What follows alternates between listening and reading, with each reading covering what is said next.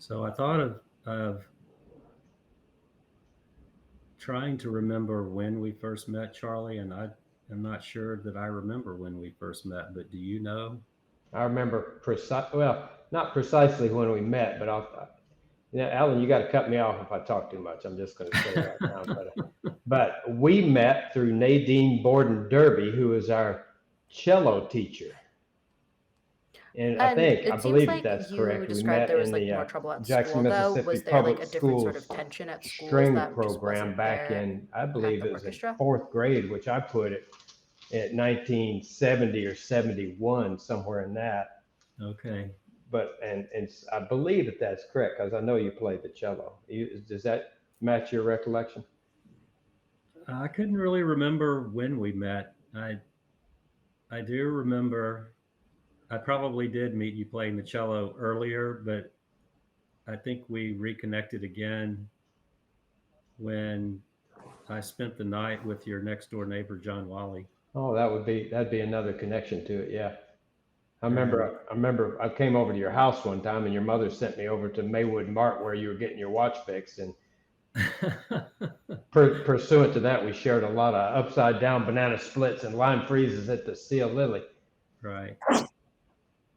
But I was in relation to the public schools in Jackson. I'm not sure that I knew you or did not know you very well in elementary school. So did you go to Span? Casey. Go to Casey. Okay. Yeah, that's right. Casey was right by your house. Yeah. So in when the desegregation was going to happen, what grade were you in? I was trying to figure out what grade I was in, and I was having trouble. So I started first grade there in 1966, and my first encounter with the beginnings of Well, I mean, desegregation were in this third was grade. So this that was been put it in lovely, and thank you all '68, so much at for which taking time the Mrs. time to share Starling, your a experiences. black I think just woman Sophia teacher, has came and maybe a taught our couple class follow-up third grade. questions for So you all, the if that's first year of okay. desegregation was the bringing in of black teachers into my school. That was my first encounter.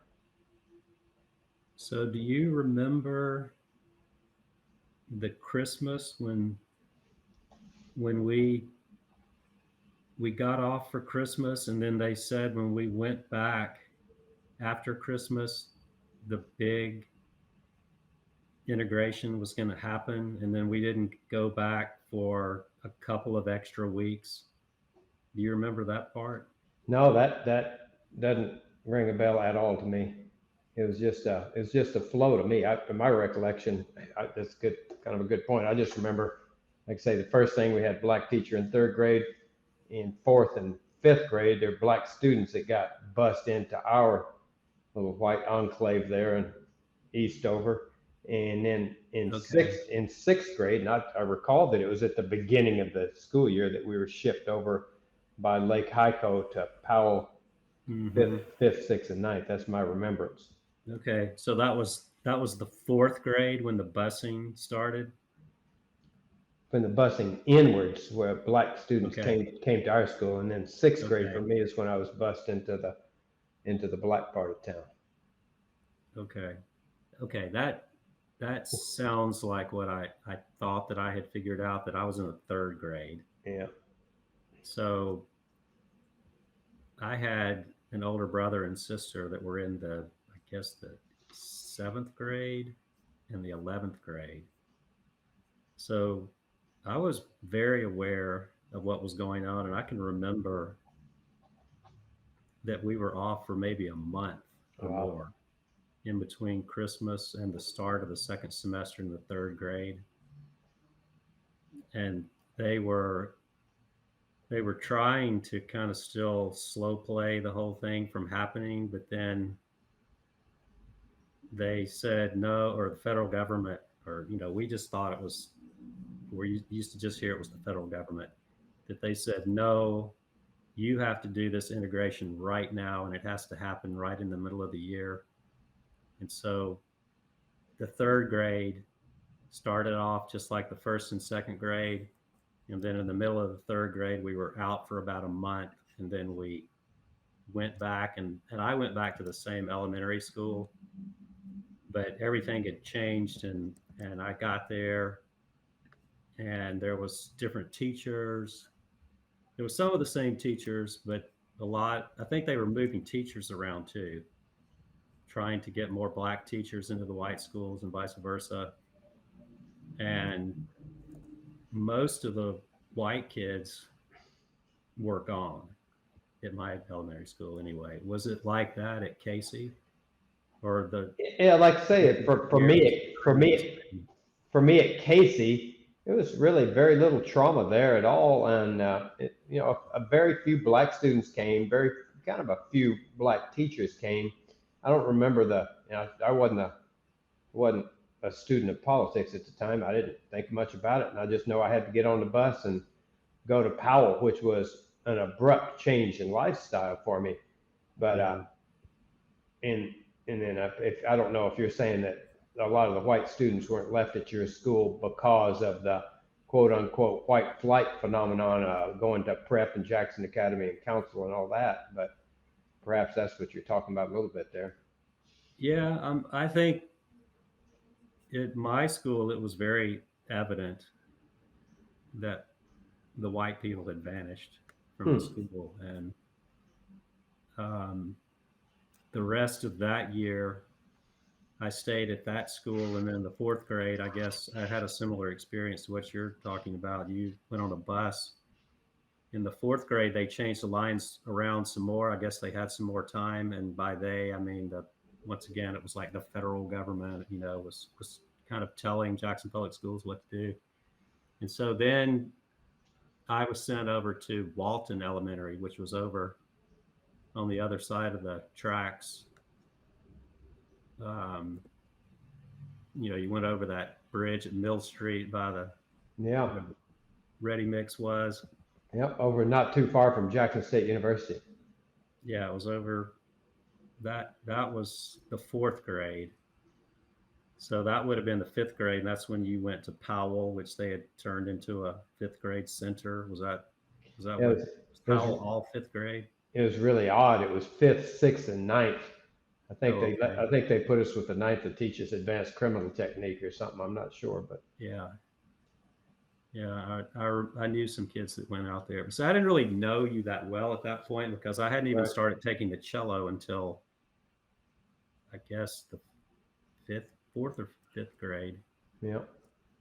So then, what did you do after Powell? Did you go to Chastain? Bailey, You went to Bailey? the big concrete edifice.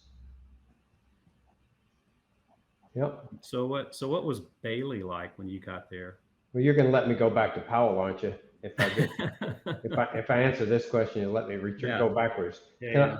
Let me clear there a little bit for me on Powell. It was really weird. Like I think most of my classes were in the temporary buildings. The ninth grade had the big building dominated. Regular building, the temporary building. I remember, and you're going to hit on this point because you really brought it to my attention in our personal conversation. This, my best friend was David Weiss, and you remember David, Mm-hmm.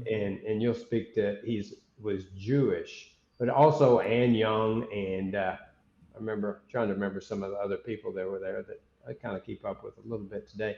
So there was, a mix of working class white people, I'd say, and at least David Weiss Jewish. Now you brought to my attention this Jewish interaction. I'd like you'll cover that later. But I remember some things I remember about Powell. Mrs. Graves was my black homeroom teacher. I had excellent classes. I remember I was biology and math. I was grading biology papers, and I'll tell a story here in a second at Powell about a Christmas gift exchange we had. And then I remember we'd go out on the playground, and man, that playground could be rough, and you could get a quarter mile away from the school, and you were scrawny little white kid, and you had to really learn how to survive in that environment. Do you remember the phrase, "Hey, white boy, give me a nickel"? And I mean, I didn't make that up. That's a true story. Yeah. And so I had to learn how, A, not to carry money, B, Yeah. to negotiate against that, because if there was no fighting my way out of that. Yeah. And so that was a key behavioral learning for me, is how to interact with threatening people and get myself out of a threatening situation. So very powerful, extremely powerful. But yeah, Yeah. threats. But on the other hand, I was given, the honor of grading papers. And I remember, I won't give the exact answer that the young man gave, but you were exposed to people that had, not the same educational background that I had, if I can say it in a nice way. My God, but they were trying really hard. I remember the guy asked, Mhm. the question was, how did rocks get crumbled up in the mountains? And it was about the water getting into cracks and expanding when freezing and blah, blah, blah. He said, ice quibs get in. And so, man, he was trying to gain the concept, but he just, Yeah. you could tell he didn't have the background on spelling. Anyway, and then I'll get my other Powell story out of the way. It was at the, you'll recall that it was still a time when you'd pick a classmate's name to give a gift to, right? 50-cent Right. token gift at Christmas. My mom went with me to Pier 1, and we picked out a little votive candle. You know what I'm talking about? A little candle with glass, sparkly candle. I gave it to the gal. Next thing I knew, she was over crying in the corner. And Heather Day, you might remember Heather. Heather bailed her out, but the woman was insulted. The young lady was insulted because she thought I was implying that they didn't have electric lights at her house. and so, it's a kind of a real eye-opening thing. I mean, certainly I didn't imply that. It was never even a concept in my mind. So, I'm going to jump in here because we do have to wrap up. I want to be mindful of y'all's time. Different. But thank you so much. We're going to do 10 seconds of The other thing ringtone. that, related just to going to ask that you all is, to be quiet for 10 seconds and then we'll stop the recording. I've never really asked very many people this question because I guess I don't have anybody to ask this question to anymore. But coming from that time that we did, what was your experience even interacting with any Black people before the schools were integrated? Oh, before? Yeah, like in first, second, third grade, or 7, 8 years old. So yeah, I mean that's kind of to the background I was talking about. I was a product of I would just go ahead and say quite racist father and a liberal mother, both from the Mississippi Delta, which was the heart of agricultural slavery in the whole United States at the time, and had tenant farmer remnants of that as I was growing up, and probably still does. But at any rate, so my interaction with Black people to that time was through my father and with the day laborers he hired, and like pretty much that, working people, no friendship relationships or anything of that nature. Maybe some of the help, the housekeeper people that would come in. We didn't have enough money for that, but you would see them, things like that. No more friendship other than the fact that the people he worked with were, you worked with them very close and very physically. I would sit in the back of that dang work truck with these big men, and so that was a powerful relationship right there. But it wasn't friendship. But anyway, does that address some of your question to me? Yeah, because I had seen, my experience was I had seen poverty because my mom was from out in the country, and so you went out in the country and everybody was poor, but you would see just really, really poor houses, and it just looked, so derelict everywhere in Mississippi, as I recall, when you go out into the country. Well, like you say, that elementary school you went to, you'd go over, and my dad would go pick up these day laborers over there, and I'd be in the truck with him. Oh my God, some of them falling down, and just horrible. Some of them well kept, but kind of the exception to the rule. But I didn't have any real idea that was also in Jackson. Right across, like you say, by that ready mix plant over there, over by where the Jackson Mall went in. Yeah, and I tell my kids now that living in Austin, Texas, and there's just nothing that compares to the poverty the way that it was in Jackson. There's no part of Austin I don't think it was ever like that. I'll tell you that story about my You ever go work on that egg farm with me and my dad? My dad and I. Yeah. Anyway, he had one of the black men that worked at that plant asked him to survey his land for him. And my dad did. My dad was real bad at collecting, so I don't know if he ever made any money off of it. But at any rate, when I went to help him survey the land, 3 points really was up. What do you call it? Just a flat board house, no paint on the outside of it, wood porch. The bathtub was hung on a nail on the back porch, and he didn't have any teeth, and so his entire diet, you could investigate his entire diet by looking at all the instant grits wrappers in the gully behind his house. Mm-hmm. So you want to talk about some poor people. There was some his job was to shovel chicken manure. That's what he did for a living. Right. But anyway, yeah, that touches on some of the abject nature of some of what was going on at that time. Well, I feel like that was a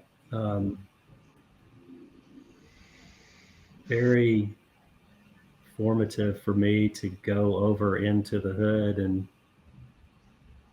I almost can't even remember that year of the 4th grade, but I do remember it was incredibly difficult because I don't think really any white people went to that school. That was kind of a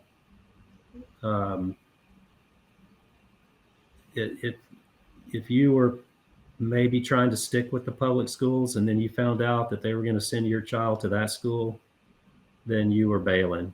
And wow. And nobody went to that school. I think there was one carpool that went there. I didn't. No, my experience at Powell was positive.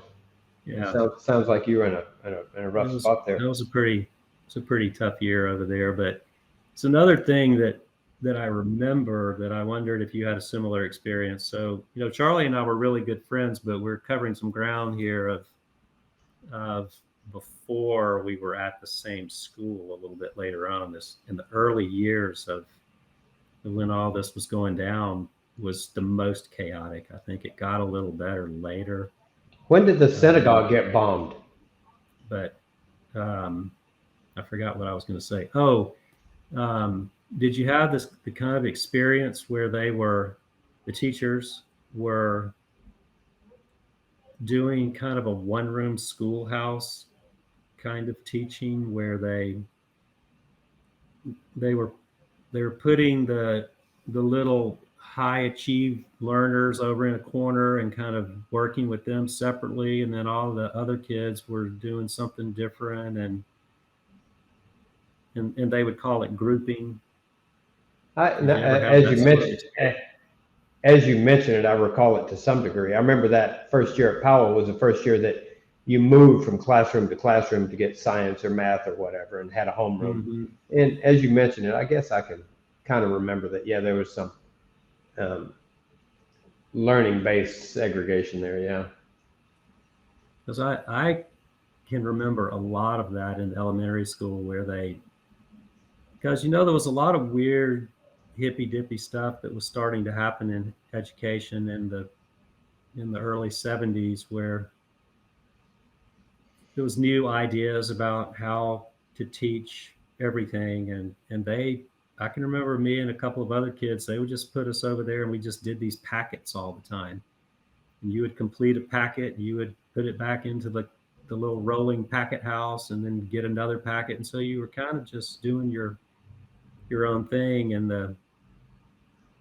the teachers were over there trying to teach as best they could these kids, and then they just had some of the kids, like my little group, was just over there doing its own thing the whole year. It was really kind of disconcerting experience. Like you weren't really part of the class. They just stuck you off to the side. Like they were just trying to get you through there because they felt bad for you. for you. Yeah, for you. Yeah. Wow. No, I had that didn't hit me at all. I was, I would have to say I was well cared for all through my entire educational experience. Just personally, I was extremely well cared for every place I went. What about Bailey? When you got over to Bailey, what was that like? Because I remember Bailey being it's another school that nobody wanted to go to. Well, we sure got different ways of looking things, don't we? I mean, again, I can Miss Pittman learned how to write blurbs, and we had pretty segregated classrooms. I remember Yeah. Reggie Lewis, and a lot of the guys' names of Vanessa, and I learned a lot that probably my mom would just soon I didn't have learned, but no, is yeah, those classes were pretty integrated, and the teachers, in my view, were top notch. And Miss Pittman taught us math. Remember Carl Land, and you talk about packets and learning in packets. Carl Land was a black boy, I guess you call him at the time, 7th or 8th grade. And yeah, it was self-paced learning in that math class. And that sucker was blowing me out of the water, and it was making me a little very, so he was knocking those things out, and I didn't figure it out. You know what I'm saying is that, yeah, that learning process there, and he wasn't fooling the game either. That learning process was not racially based. He was learning it on his own. So, yeah. Anyway, no, my experience at Bailey. So some of the other, you keep asking me questions, I answer them. But we had a great time there. Had awesome shop class. Learned shop. I learned drafting that I'm making money off of yet today. I learned. You remember you were at Bailey? Yeah, I went to Bailey. You remember Coach Stowers, grumpy old guy? He had a little whip that he just kind of threatened you with a little bit. Yeah. And I remember a little old kid in that locker room with them big black guys. that was fun. But yeah, we played soccer. And again, you go out there and play on that playground, and there was no supervision on the playground. And I remember a lot of dill pickle eating and handball, tennis playing on the sidewalk, and then wrestling and getting borderline beat up out there. And middle school at Bailey was a jungle, that's for sure. But maybe it would have been bad no matter where you were, no matter when you went. It would have been bad. But I remember that as being really, really horrible. The whole. Well, it's kind of funny, as you say that, is that, probably different people, obviously in this conversation, different people have different recollections, different interpretations, and experienced it differently. And maybe that's just on a personal level. Like I tend to not allow things to get me down. I'm kind of a sunny side up guy, but I don't know, just thoughts there. Maybe you just had a rougher group of classmates. Yeah, I think it was pretty difficult at Bailey. I think it got a little better maybe by the 9th grade. But it was when you say bad, what are some of the bad things you'd say? Because like I say, I have really positive recollections other than getting my head whooped out there on the playground and learn how to get a little tougher. What would be a bad thing that you might? I guess the bad things, like having all your stuff stolen or flushed down the toilet, or being attacked and ridiculed in gym. Those things were pretty traumatic. Wow. Yeah. I didn't have anything stolen or flushed because I didn't have anything. But well, you couldn't have anything at Bailey because they would take it away from you. The kids were so mean there. I remember John Wally and I had a shared locker, and we go over to the dime store and buy candy, and we sold candy out of that locker. Yes, it was a learning experience trying to figure out how to deal with a lot of controversy that was directed at you. But but it could have been the same, no matter what. I don't know. It's kind of hard to say. It's a difficult time. I think my kids struggle some in middle school. Yeah. I asked them about, well, have you ever been attacked in the bathroom? And they're like, well, no. I mean, that's just insane. No, it was a thing. Yeah, you definitely needed to pick your time to go to the bathroom because there was some big cigarette smoking and bad talking going on in there. Yeah. I was telling them about going to high school, that even if things were getting better in the 10th grade, but there was only one bathroom that I would go in the 10th grade, and that was the one that was right by the principal's office. Yep. Because that was the only one that was safe. The other ones you could go in and you might not be able to leave. Yep. It just wasn't worth going in there. There was some threat of violence, that's for sure. I'd like to say I had it back at Powell as well, but I don't know. I learned how to deal with it. You did sort of learn how to deal with it, or it's kind of like living in a bad neighborhood. You know not to go over there. Mm-hmm. Like, don't go over there at this time. like your mom said, don't hang out with that crew. Yeah, there's nothing good going on over there. All right. Keep her going, Alan. What else? Well, I always tell my kids this story of that, as horrible as, say, the 8th grade was, and gym was just particularly bad. I had this counselor in the 9th grade, and she knew that it was really difficult to have to take gym at that school. Mm-hmm. And so in the 9th grade, she said that I could go over to the high school and take Latin. And so I went in first period to Murrah to take Latin, first period, 9th grade. And then she would drive her car, my counselor from the middle school would drive her car over to the high school every single day that whole year and picked me up and brought me back over to Bailey. And then second period, I didn't have to go because that was part of the time that I was traveling back, and I would just go to the library. And then I would go to third period after that. That was Mrs. German. Was that her name? I was trying to remember her name. She was the sweetest little skinny lady, curly hair. Maybe not. I had the exact same experience. I took Latin. I walked over every day, and I walked back every day. And you said that your reason for doing it was because you didn't want to go to gym class. And my understanding, I did it because my mom said, you got a chance to take Latin, get your butt over there and take Latin. Yeah. And so, wow, two different, the exact same, almost identical path. Right. With different recollections on motivation. That's funny. But yeah. And it happened to be at first period. And so that worked out really well. So I didn't have to take gym the last year. Yeah. But even in high school, that was still kind of a thing that you did not want to be in gym if you could somehow avoid it, because there was just that's where a lot of bad stuff happened in gym. Yep. Hey, I want to go back a little bit. It's something I think we kind of touched on here, is that the first, I would say for me, and maybe you recall the same, maybe not, but the first real integrated activity that I encountered was through the string music program again. And I remember we went, I don't know if you ever went to Delta State University for string camp. Mm-hmm.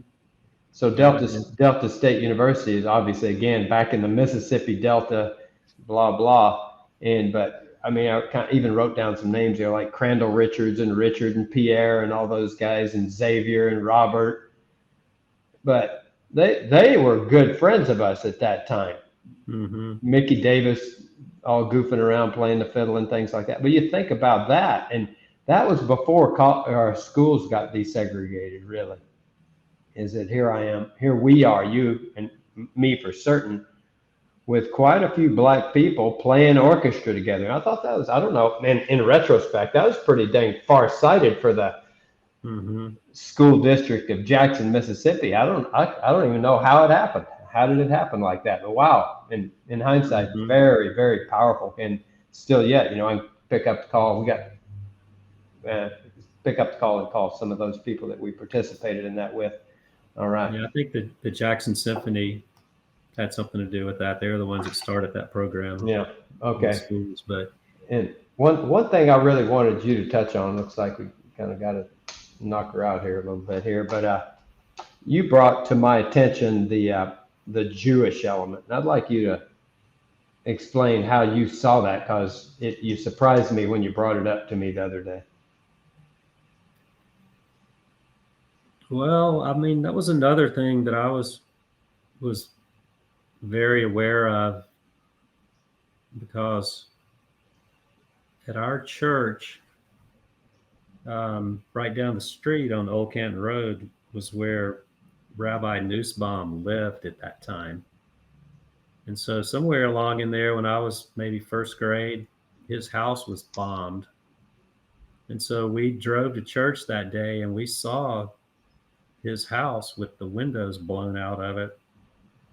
And I remember asking my mom about that and, what the deal was. And that's when I started to kind of get this sense of how much hatred there was for Jewish people in Jackson. And it didn't really dawn on me until we went to the synagogue out there. Because once again, this was through my church. We went out there to the synagogue, and then I realized, oh, I know some of these kids. And they were kids that were still in the public schools. And so just over time, it started to sink in that, oh, well, I would hear a story from a classmate about, they'd had a cross burned in their yard. I was like, come on, really? But it was for real. And those people, they didn't really have the opportunity. And I didn't think about it at that time. We didn't really talk about the council schools, but that's where all the, the people who disappeared went to these council schools, or they went to Jackson Academy, or, these other private schools. But even those schools were not really welcoming of any Jewish people. So we ended up having tons of Jewish friends. And I didn't really even think about it that much until I thought about it in the context of, oh yeah, that bombing and going out to the synagogue and meeting those kids. And then that's how I knew some of those kids. And I didn't really make the connection so much until maybe high school, that was what was going on earlier, maybe 5 or 6 years before. Because more people started to trickle back into the public schools in high school that were not there in middle school, for instance. They went anywhere, but, they were not going to go to Bailey, or because it was just too, it was just too overwhelmingly Black, and they didn't want their kids to have to deal with that. Mm-hmm. So they would go to either the council schools, or once the integration had been going for a while, a bunch more church schools opened up, like Woodland Hills Baptist had a school, for instance. So there was all these opportunities for people to avoid the public schools without going to the council schools. Yeah, you picked up on that obviously quite early. You brought that subject of the Jewish people were excluded as much as the Black people. It just never rang a bell to me. That was a eye opener for me. It's very obviously true, right? A lot of my girlfriend was Jewish, and I would go over to David Weiss's house and eat matzo ball soup and all that sort of stuff. But yeah, that was I didn't even think about it, but that's something you brought to me in this process of talking here. And then Murrah, I was on fire at Murrah. I really had a good time, right? Soccer team captain, all that sort of stuff. And I had Miss Trammell, and we had Mr. Lowe. We had some of the best teachers, in my view, that you could possibly have. And I was having a blast. We'd have the Latin, Magister Barfield would have the Latin festival every year, and you'd wear your toga like that. But one of the last stories kind of to wrap up for me is that I think it was, I don't know if it was a homecoming dance or some dance down at the Armory on Mill Street, and by the farmer's market there. Remember, I don't know if you remember that, but I just remember dancing so hard with Sue Johnson. You remember Sue Johnson? Mm-hmm. Star Black athlete at Murrah High School. And so that was, and I talked to her yet today. that was the closeness that I was able to get with a lot of Black people relationships. Jeffrey Turner, the list goes on, still calling. Mm-hmm. So as for me, I had an awesome educational experience. A lot of people might view as hard times, that I view as, wow, I was exposed to things that now I can do that most people can't even fathom, like your children, as you might say. Mm-hmm. Great education before things got really bad there in that respect, and learned how to not get beat up on the playground. So it built a large part of who I am right now. So I'm just a very happy person, and you and I had a lot of fun times, and most of them were legal. And yeah, I think high school for sure was, things had gotten a little bit better, and I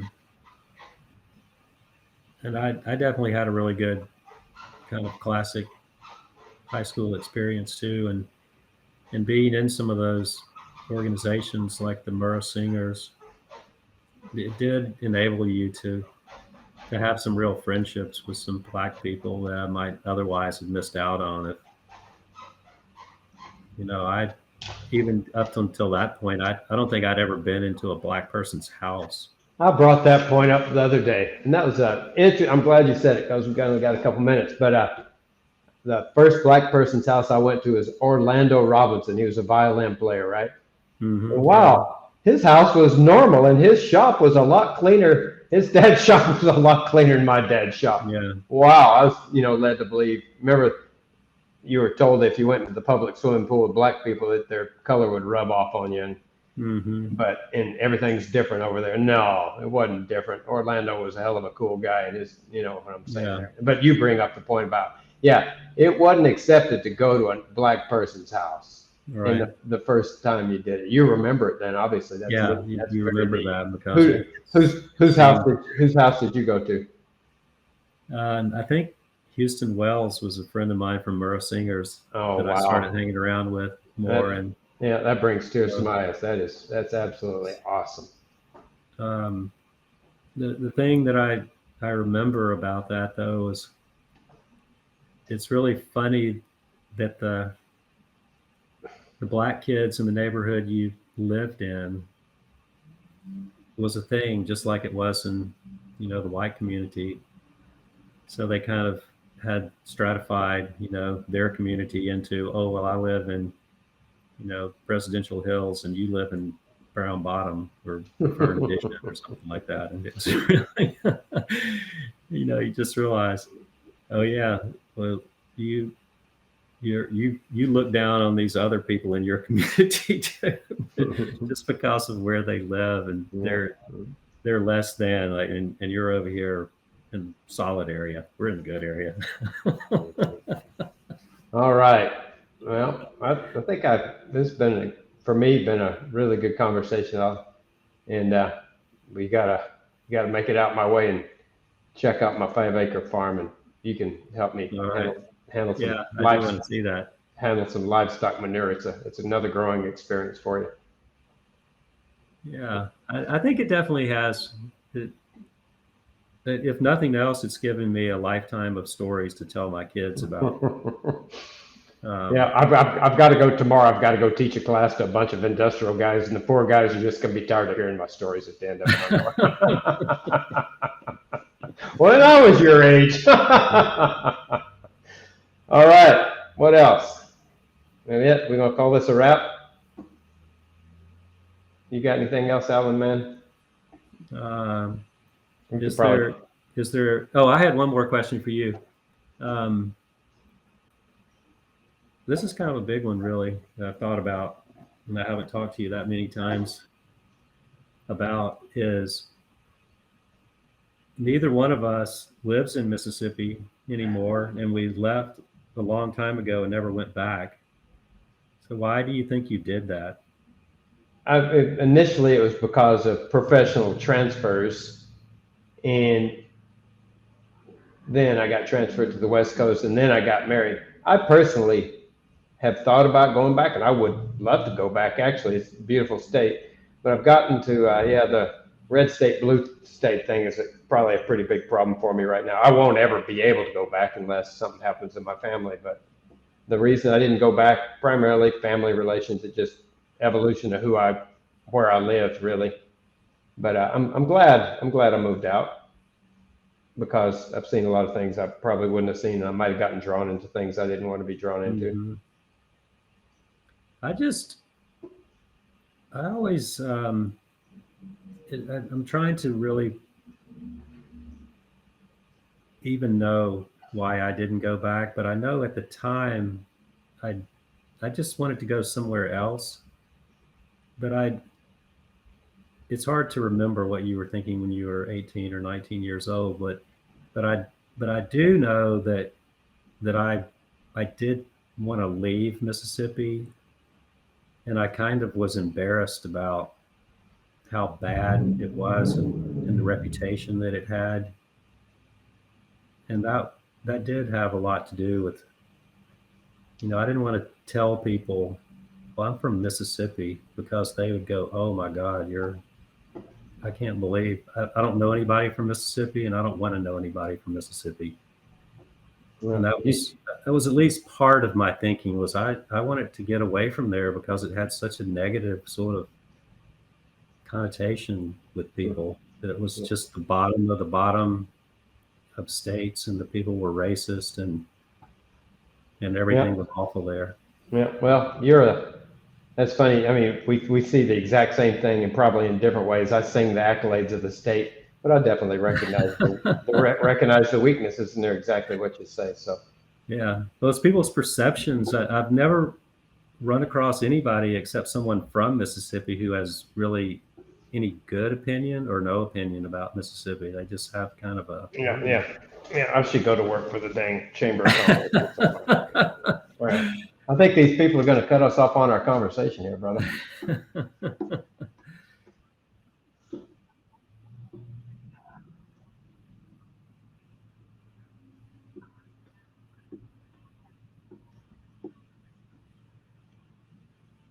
Okay. Depends on the question.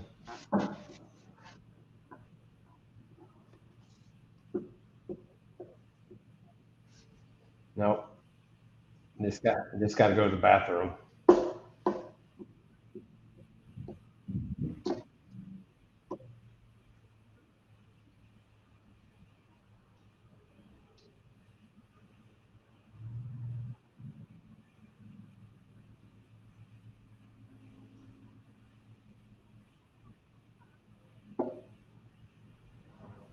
We were just kids.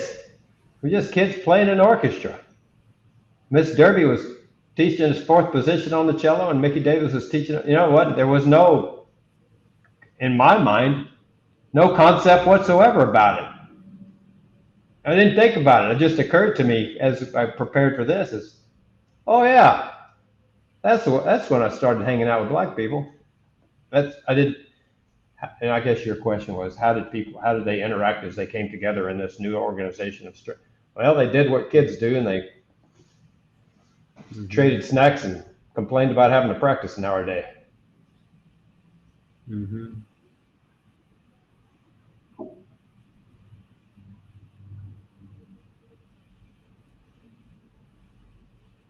Oh yeah. No, and Alan and I both talked about it. You had to be careful where you went. I literally got beat up. I can't remember the kid's name. Man, his little scrawny kid about my size, his arms were as hard as rocks, and they'd tackle you. And I guess it's okay for us to continue talking. I thought there was a time limit here, because I can actually go for about 3 or 5 days. But Alan, you remember when there was worldwide wrestling back in there, and the spoiler had the claw? Do you remember what the claw was? Yeah. The claw was a band of beads wrapped around the spoiler's hands, and he put it on the opponent's forehead, and he would put him to sleep. Well, they were practicing that shit on me. And so you had literally, so you asked about what was it like, what was the difference in the orchestra? You were subject to some degree of violence, physical violence, I guess, would be part of it. Mm-hmm.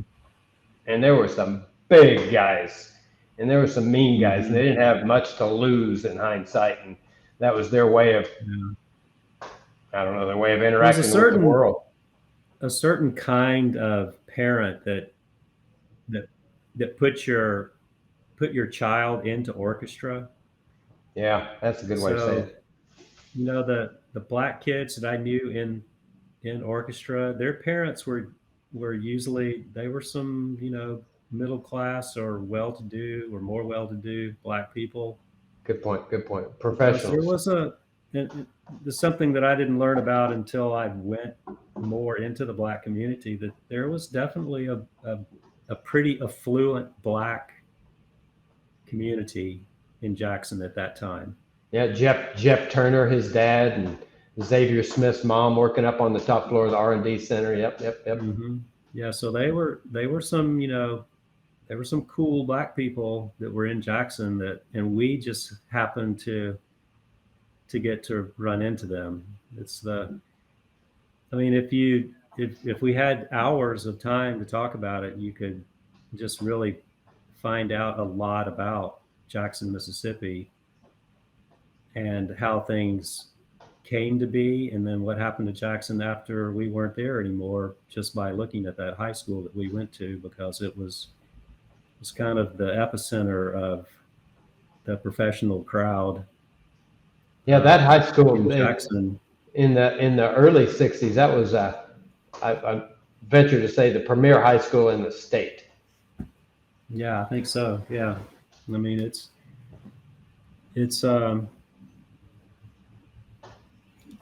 something that's kind of lost to the sands of time now, but those things come and go. But at the time, those were, you know, the kids that were in the public schools before integration were going to Murrah before integration, were the movers and shakers of Jackson. Went to that high school that we went to, and my sister was there during that time, and, you know, knows all of those, you know, knows of all those people that kind of made Jackson what it is, and then in the end bailed out. It kind of abandoned it, I guess, in a way, and moved on out to Madison County, and absolutely, and left Jackson to the show that it is. left the water system behind.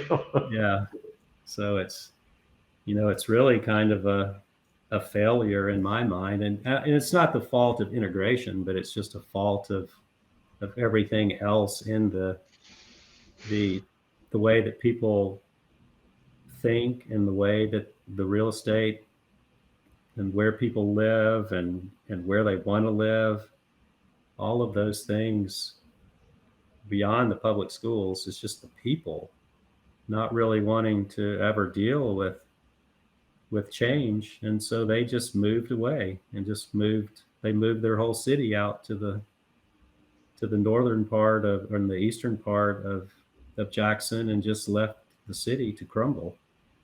So those decisions are bigger than the schools. The schools are just part of that, and the schools were an attempt by,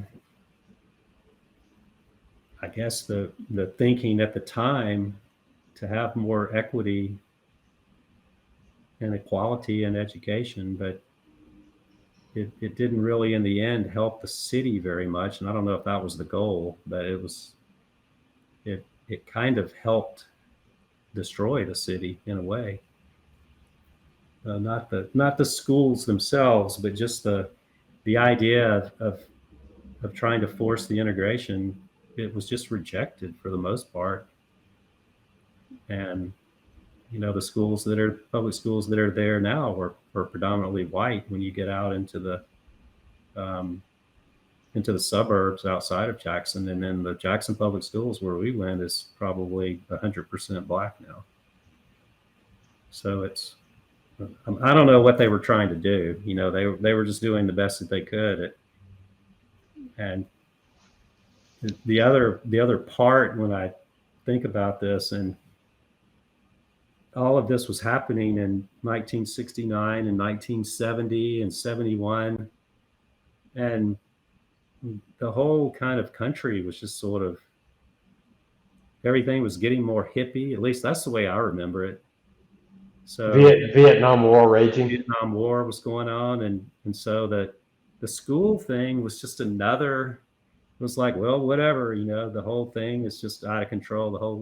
The whole situation is just turn on the news and you could see some other crazy thing that was going on. And things were just changing very rapidly. So it didn't really seem like that big a deal for them to be integrating the schools, because it was just the next thing of, constant turmoil that was going on, it seemed like, in the country. But, it's still like you had a really good educational experience, and all that part is true. But the things that were happening around in the 70s were pretty crazy. And there was a lot of new ideas and new ways of living, and people doing all kinds of crazy things to marijuana find themselves. Marijuana was coming into play at that time. Or just the whole sort of hippie thing came to Mississippi and to Jackson in the 70s. And I think that changed a lot of, just sort of general liberalism, at least in Jackson, of, it would be cool if you had a black friend and you could go and burn some weed with them or something, and you'd be, some kind of cool hippie. And I think that's something that you don't think about, but that was a thing. The liberalism of being a hippie was kind of was desirable. If you wanted to be a real hippie, you couldn't be a racist.